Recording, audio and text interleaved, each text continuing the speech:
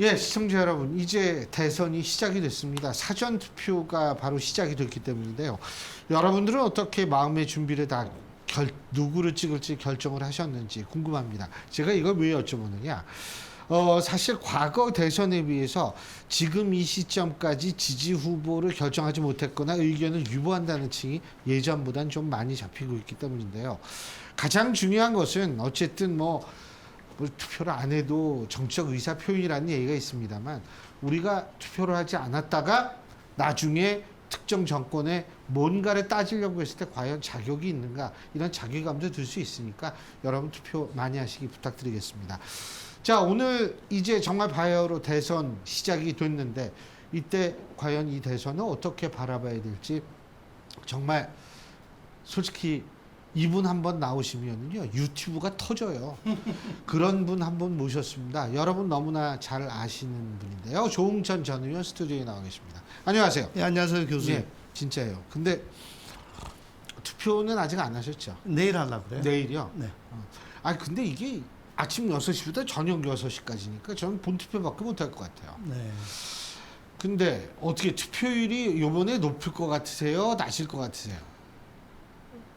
20대 대선보다 한 1, 2% 정도 더 높다고 그래요? 지금. 그래요? 예. 사전 투표율이요? 사전 투표요. 아, 사전 아. 투표는 높지만 음. 최종 투표하고 사전 투표는 사실 별 상관관계가 없다, 뭐 이런 얘기들이 많으니까요. 그렇죠. 어차피 뭐 제로섬인데 예. 총합이 예.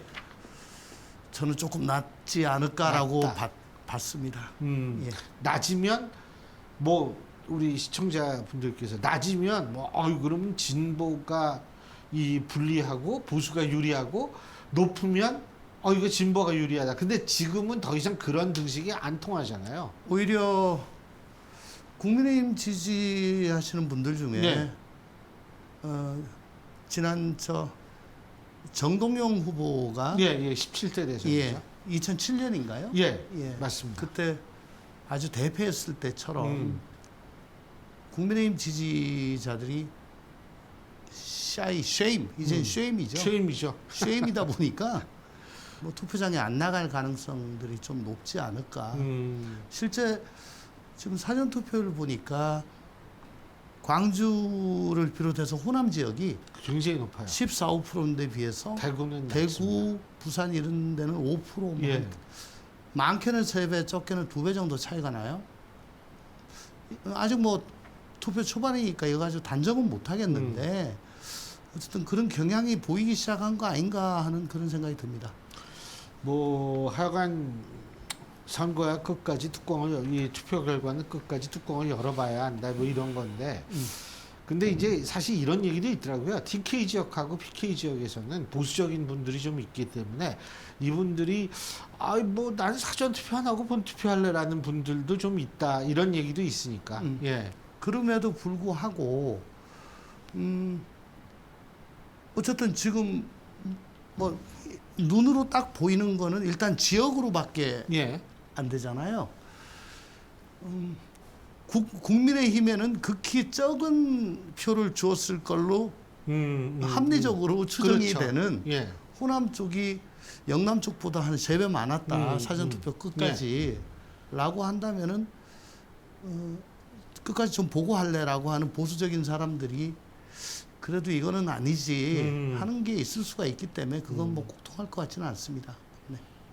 근데 이게 저도 좀 전에 한 기자님이 멘트 따려고 저한테 이제 전화를 했는데, 뭐냐면 부정선거 주장하시는 분들이 그 투표소에 사람 세는 거, 그리고 이게 사진도 이게 뭐 동영상인가 뭐 사진인가 뭐 찍고 이런데요. 예? 그래서 그거 어떻게 보냐 그래서, 근데 이제 선관위는 소란 행위가 아니기 때문에 어떻게 개입을 못한다, 막 이런 모양이더라고요. 근데 참 어떻게 보세요? 거기 한번 빠지면 방법이 없나 봐요. 실제 정말 고명하신 변호사님들 중에 예. 뭐 아주 진지하게 부정투표가 사실이다 라고 정색을 하고 말씀하신 분들을 한 몇 분 봤어요. 아니 이런 분까지? 그러니까 이게 뭐 맹신이랄까? 사이비 종교에 빠져가지고 맹신하는 것 같은 그런 두려움을 느꼈습니다. 어쨌거나 지금 국민의힘을 보면 자기가 공부 열심히 해서 성적 올릴 생각은 안 하고 옆에 있는 이준석한테 야, 좀 보여줘. 안 보여준다고 막 계속 화내고 그리고 그래도 안 되면 이거 출제가 이게 과정에 문제 유출됐어. 뭐 이렇게 하려는 것 같아서 과연 뭐 이기려고 하는 마음이 있나. 근데 이낙연 전 총리께서는 내 표는 김문수 후보에게 주겠다 이렇게 얘기를 했는데 이거 어떻게 평가하세요? 그러니까 지금 윤석열 이재명의 제20대 대선은 역대급 비호감 대선이었잖아요. 네. 저는 이번 22대 조기 대선을 역대급 혐오 대선이라고 저는 얘기하고 싶습니다. 아, 왜냐하면 윤석열 대 이재명이었는데 이번 대선도 사실은 윤석열 대 이재명으로 가면 져요. 국민의힘이 이길 방법이 없습니다. 네. 그러니까 윤석열을 지우고 전련하고 겸 또 탄핵에 대해서 단호히 대처하고 강을 넘어서 이재명 대 포스트 이재명의 선거로 만들어야 되는데 지금도 윤석열을 붙잡고 저렇게 놓아주지를 못하고 있으니까 그러니까는 저 이재명 후보가 토론회에서 아바타다 윤석열 아바타다 라고 마음껏 김문수 후보를 조롱하잖아요. 네. 그러니까 윤석열을 놓지 않는 바람에 또 윤석열 대 이재명의 대결로 또 돼버렸는데 이게 윤석열이 그냥 3년 전에 윤석열이냐 그때는 공정과 상식이라고 그래서 살짝 믿었잖아요. 네. 지금은 그 얘기하면 완전히 뭐 그렇죠. 그건 좀 성립이 불가한 얘기죠. 오히려 예.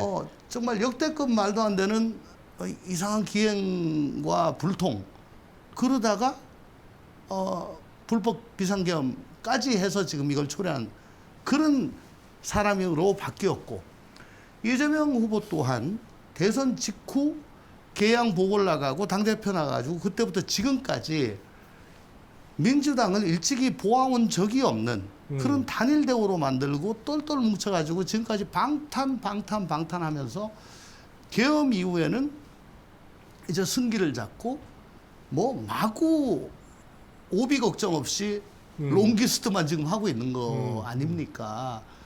어떻게 대선 기간 중에 대법원장을 탄핵하겠다? 대법원장에 대한 또 대법관에 대한 특검을 하겠다? 난 상상이 안 돼요. 겁나서 그걸 어떻게 할 수 있지? 뭐 베네수엘라처럼 뭐 30명도 그런데 100명을 늘리겠다?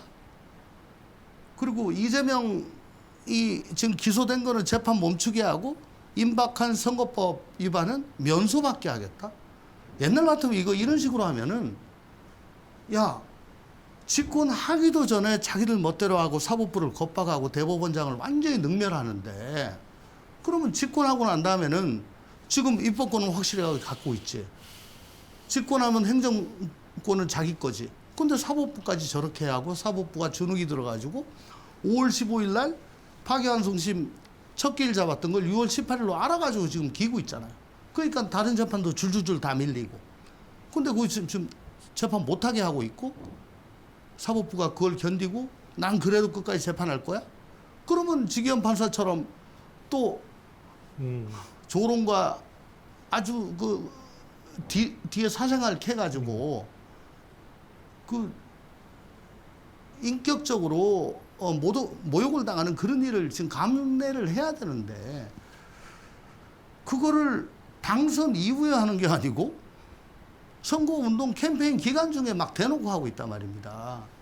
자, 그러니까 3년 전에 이재명에 비해서 지금의 이재명은 아예 대놓고 난 독재할 거야라고 예고하고 힘자랑하고 있는 이재명입니다. 윤석열도 3년 전보다 도저히 뭐 목불인견이고 이재명도 제 눈에 보기에는 민주주의와 법치주의 원리에 의해서 보면은 그걸 깨는 사람이거든요. 나라의 근간을 흔드는 사람이거든요. 그러니까 그 두 사람이 다시 붙었어요. 김문수가 그걸 단절을 안 하니까.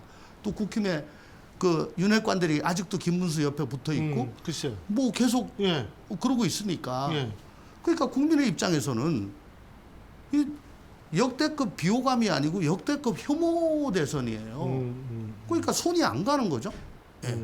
그런 상황이어서 야 이거 참 난감합니다. 대한민국 국민 노릇 해먹기가 지금 무지무지하게 힘든 건데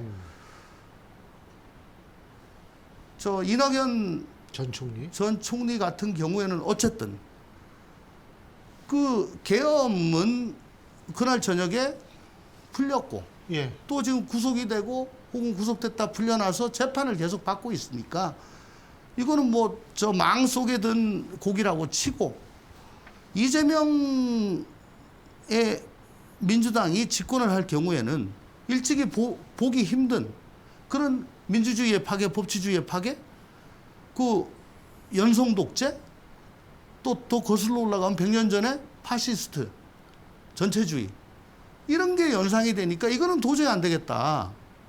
라고 하는 절박감에서 가신 것 같아요. 근데 이제 저만 해도 지금 뭐 국민에서 힘에서 아니 뭐 어쩌고 저쩌고 얘기하면 야, 그럼 일단 손 털어. 윤이랑 손 털어. 그거 하기 전에는 난 아무것도 니네들하고는 할 수가 없어. 어떻게? 접촉이 갔을 것 같더라고요. 이제 아니. 예. 정식으로 온 게 아니고 예. 그냥 뭐 방송하고 나와서 얘기하고 뭐 이런 식으로 해요. 아주 면박을 주죠. 냄새 난다. 들어오서 니네 저 도배라도 새로 하고 장판이라도 새로 깔고 난 다음에 어떻게 뭐 사람 초대를 해. 지금 난장판에 맞고 온 동네 곰팡인데 그거 어떻게 사람 보고 오라고 그러냐. 근데 그게 비유를 들었지만 윤석열 정권과 단절이거든요. 그거 안 하고 저러고 있는데 저 같으면 안 가요. 안 가는데 이낙연 전 총리는 그 절박감이 저보다 조금 더 하셨던 모양이죠. 저도 지금 개인적으로는 약간 우울증에 지금 빠져 있습니다. 왜냐하면 저는 민주주의와 법치주의, 공화주의 이걸 어떻게 하면 잘 구현할 것인가를 항상 생각을 하고 그것 때문에 탈당하고 지금 이 양당제, 적대적 양당제 하에서는 이게 도저히 안 된다는 결론 때문에 큰 당에서 나와가지고 지금 이러고 있는 건데 계속 역사는 거꾸로 가니까 또 이번에도 더 심하게 될 것 같고 한 번도 맛보지 못했던 그런 연성 독재로 갈 것 같으니까 이걸 정말 제가 무기력하고 답답하고 화가 나고 뭐 그런 상황이죠. 근데 이낙연 전 총리는 그게 저보다 증상이 조금 더 심한 것 같다. 근데 이제 뭐 대선이 이제 다음 주 화요일이니까요. 근데 뭐 변수가 있을 거라고 보세요? 글쎄 잘 없을 건데요. 근데 질문. 그건 변수 안 되나요? 그 이준석 후보가 어떻게 그거는 제가 방송에서 얘기를 못 하겠는데 표현. 젓가락 발언. 그 발언은 어떻게 영향이 없을까요? 이준석 후보의 지지자 중에 제일 외곽에 있는 분들, 그러니까 최근에 합류하신 분들, 예. 충성도가 약한 분들, 순서대로 조금 저 타격이 있을 거라고 생각을 해요.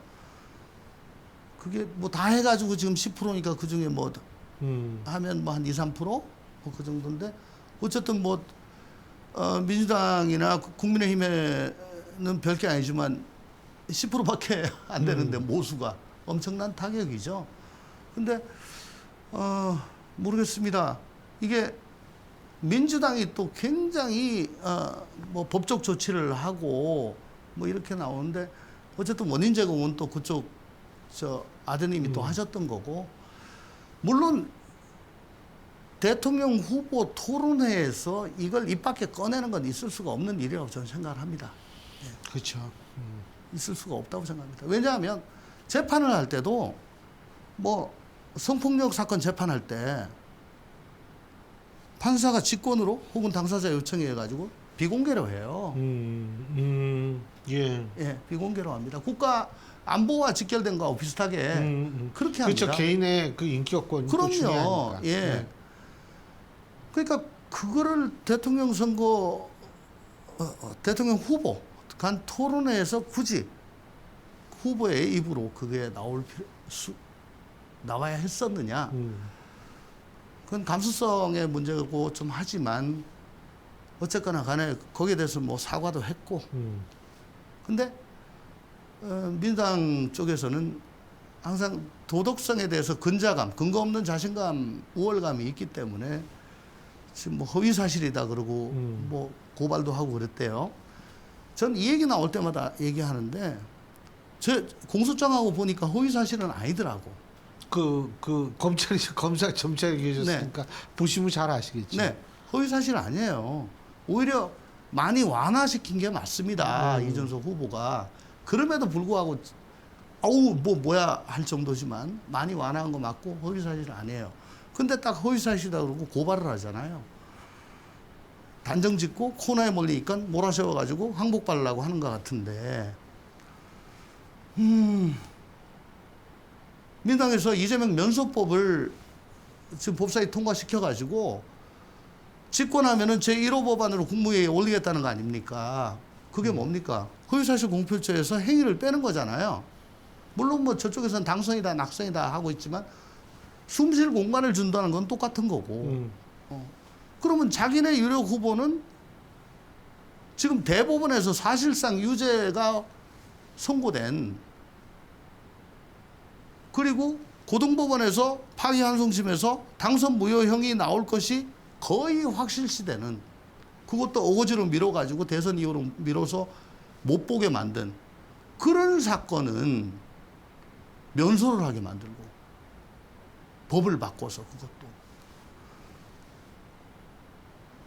타 진영에 있는 후보나 사람에 대해서는 그냥 아주 엄격한 잣대로 계속 고발하고 일관성이 없잖아요. 정말 창피합니다. 근데 이제 아까도 잠깐 말씀하셨었는데 이 김문수 후보를 비롯해 가지고 윤석열 전 대통령하고 절연이 안 되고 그리고 지금도 심심찮게 등장하는 단어가 친윤이고 그리고 솔직한 얘기로 예전에 전 박근혜 전 대통령 시절 뭐 잘 아시겠지만 그때 이렇게 보면 박근혜 전 대통령 탄핵 되면서 사실 친박은 거의 없어졌어요. 네. 근데 지금 친윤 얘기 나오고 뭐 한덕수 전 총리랑 단일화 한다 그러고 거기도 또 친윤 등장하고 계속 이러고 김문수 후보는 탄핵에 대해서는 뭐 이렇게 명확한 입장을 표명하지 않고 근데 이런 현상이 전 처음 보는데 이게 왜 일어난다고 보십니까? 고려시대 때 무신 정권이 예. 뭐 도방 정방 어쩌고 있잖아요. 예. 뭐 정중보가 오고 나중에 그 대장은 바뀌지만은 그 세력은 100년을 가지요. 그러니까 쫙 보고 괜찮은 사람 옹립하고 자기들은 계속 지배 세력으로 있는 거죠. 그 비슷한 건데 그러니까 저는 그걸 갖다 커피탄을 리 내지는 나카무라 스미스라고 저는 얘기를 합니다. 예. 지금 유는 파면이 되고 구속됐다가 풀려났지만 어쨌든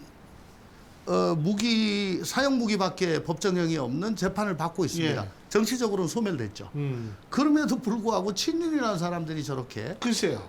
구 여권 넘버 2 정권을 그냥 한덕수 모시고 오고 뭐 저 뭡니까 이 대선을 이재명 대 포스트 이재명으로 가야 함에도 불구하고 이재명 대 윤석열로 이끌면서 자멸의 길로 지금 만든 사람들이 바로 그 사람들이거든요. 예. 근데 그럼 왜 그러냐?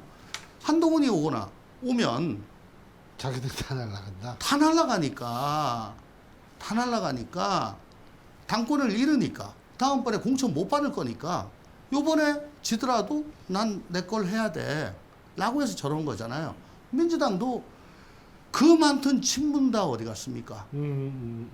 처음 보셨다 그러는데 그 많던 친문들 다 이재명 도지사가 대권 출마 선언을 하고 경선 참여하러 처음에 여의도에 왔을 때 7인회라고 있었어요. 예. 그 정성호 의원 이런 분들. 예, 거기다가 중앙대 출신 몇 네, 명하고 7인회라고 있었어요. 예. 성남 국회의원하고. 그게 순식간에 머저리티가 돼버렸잖아요. 그죠? 네. 문바라고 있고 대깨분이라고 있었죠. 예, 다 맞습니다. 어디 갔습니까? 예. 지금 친문을 표방하는 사람은 김경수하고 그 김경수 캠프에 들어갔던 몇 명, 한 예. 서너 명? 거기도 뭐 완벽한 친문이라고 보기는 힘드나 어쨌든 문재인 대통령을 청와대에서 가까이 모셨던 사람들이기 때문에 윤건영 예, 그렇게 하는 건데 문재인 정부에서 장관했던 사람들 지금 보면은 법관 100명 법관 비법조인으로 대법관 임용하는 그거 예. 만든 게 법무부 장관했던 사람입니다. 이 당이나 저 당이나 시류의 흐름에 따라 권력의 부침에 따라 항상 양지만 쫓아다니는 분들이 주류예요. 그분들이 저는 나카무라 스미스라고 합니다. 외정 때는 나카무라, 하지 중장 들어오면 스미스가 가장 먼저 그리고 껍비탄을 리는 또 예. 잘하실 거고요. 예. 저는 200년 전에 태어났으면 사약받아 죽었고 100년 전에 태어났으면 고문받다 죽었습니다. 그나마 지금 그래도 죽을 걱정은 안 하고 사는 게 참 다행이다 싶은데 예. 전 정말 죽으면 죽었지 저렇게 못하겠어요. 그리고 지금 인터넷으로 박제되잖아. 인터넷 예. 아카이브가 있어서 5년 전에 내가 했던 얘기. 그렇죠. 야당일 때 했던 얘기, 맞아요. 여당일 때 했던 얘기, 문재인 때 했던 얘기, 이재명 때 했던 얘기가 다 남아 있어요. 그때는 틀리고 지금이 옳다라는 게 모든 지금 정치인들이 다 남아 있습니다. 저는 그걸 못해요. 저는 항상 5년 전이나 10년 전이나 지금이나 말이 같아야 됩니다. 근데 그걸 무섭게 여기지를 않아요. 국민들이 그걸 중시하지를 않습니다. 국민들께서 너 옛날에 5년 전에 이랬는데 지금은 왜 또 완전히 헷가닥해가지고 이러니? 예를 들어 뭐 성렬이 형 했던 그때 당시에 민주당의 법사위원들 그 검찰총장 인사청문회에서 총력으로 방어를 했지 않습니까? 네, 네. 그때 뭐 최은순 여사가 어떻고 도이치가 어떻고 난리친 게 장정원 또 뭐 네, 그렇죠. 주광덕 뭐 네. 이런 또 저쪽 그렇죠. 나중에 보면은 국민의힘 예, 쪽이죠. 완전 찐윤이 된 예. 저 그때 당시에 새누리당이었어요. 웃기지도 않습니다. 좀 이따가 바뀌니까 그렇죠.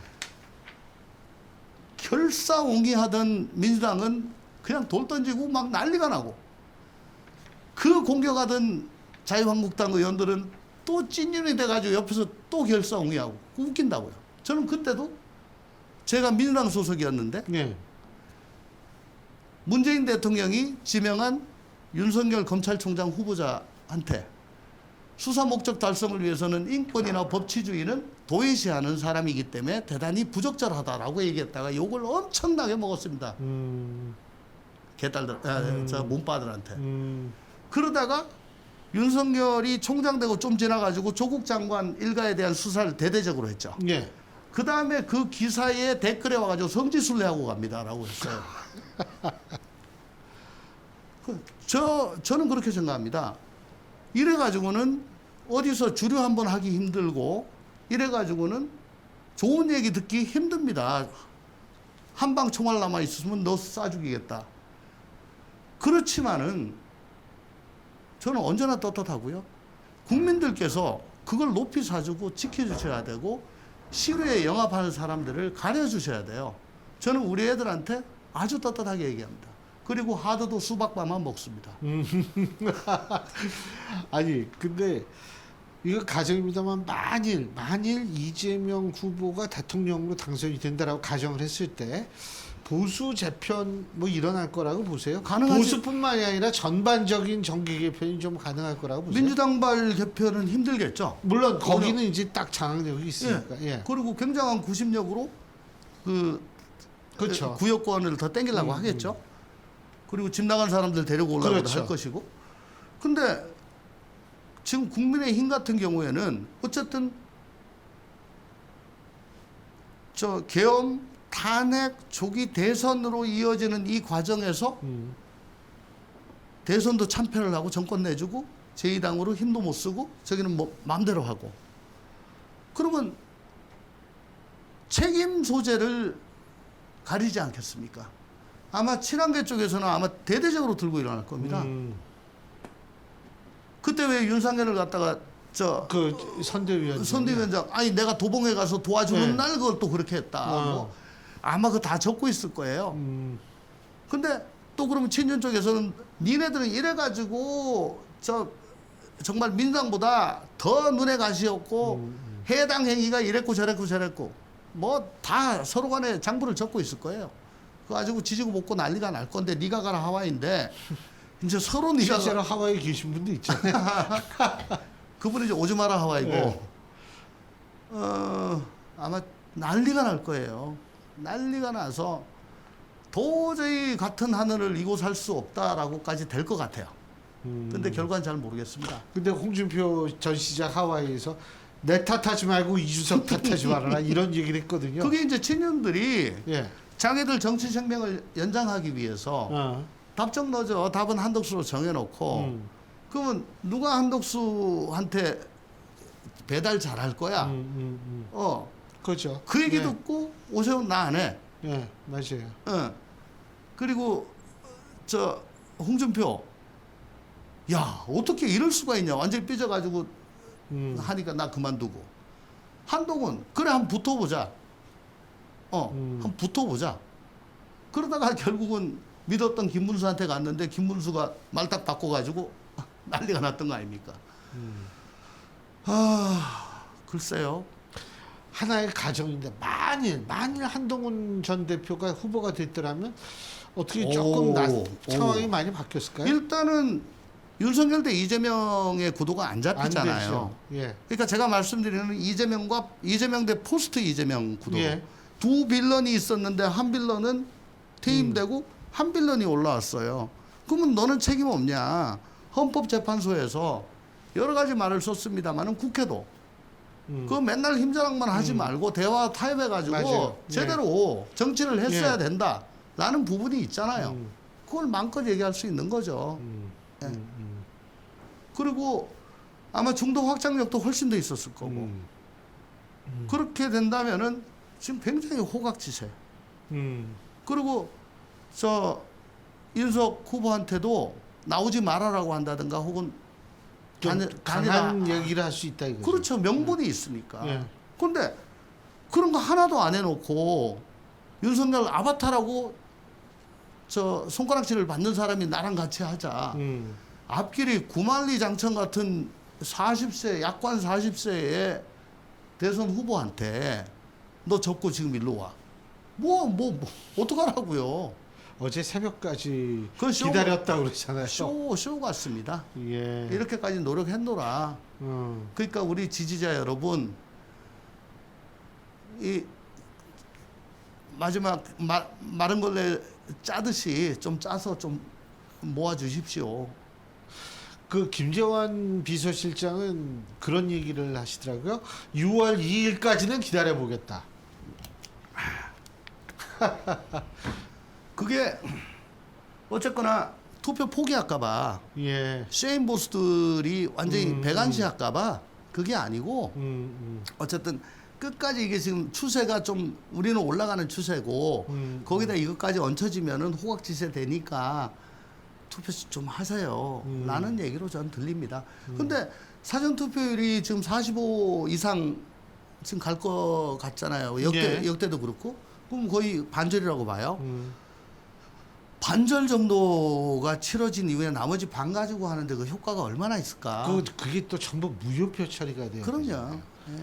그러니까 이게 복잡한 거죠. 사실. 그래서 이제는 결선 투표제 이걸 도입할 때가 됐어요. 맞습니다. 저도 그런 찬성. 그러니까 다당제로 가려면 여러 가지가 필요한데 예. 우선은 중대선거구제하고 두 번째가 대선하고 광역단체장 정도는 결선 투표제를 예. 해야 돼요. 그래야 단일화 압력이 없어지고 3당 4당 후보라도 사표 부담 없이 마음대로 밀어줄 수가 있는 거죠. 그래서 3당 4당이 정치적 지분이 얼마나 되고 앞으로 성장할 여지를 확인을 하고 부당하게 너 배신자 반역자 너 때문에 졌다라는 손가락질 안 당하게 되고 그렇잖아요. 예.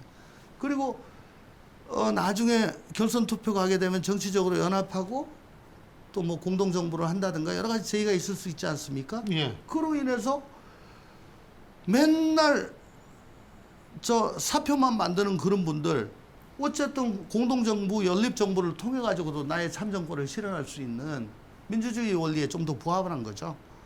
이거 안 하는 이유 3사당 죽이는 여러 가지 방법 중에 하나가 단순 다수제예요. 그냥 40 몇 프로 뭐 이걸로 그냥 가는 거죠. 네. 네.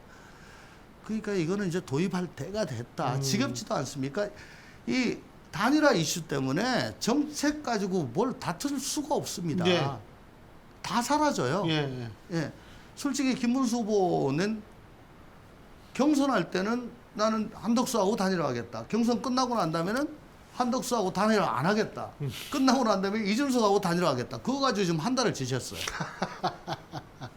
예. 그렇잖아요. 그렇죠. 그리고 이제 이재명 포비아 이거밖에 없거든요. 예. 그러니까 뭐가 캠페인이 뭐가 되겠냐고. 끝으로 간단하게 누가 이길지는 모르지만 1, 2위 간의 후보들의 격차가 클 거라고 보십니까? 그렇게 생각보다 크진 않을 거라고 보십니까? 저는 모든 거는 이재명이란다.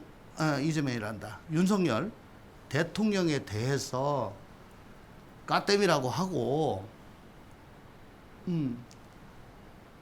완벽한 절연을 하는 걸 보여줘야 그나마 오지. 그거 아니면은 10% 이상 격차 난다고 저는 봅니다. 알겠습니다. 뭐 이제 다음 주 정도 되면 알 수가 있는데 좀 지켜봐야겠죠. 오늘 이렇게 시간 내주셔서 고맙습니다. 감사합니다. 감사합니다.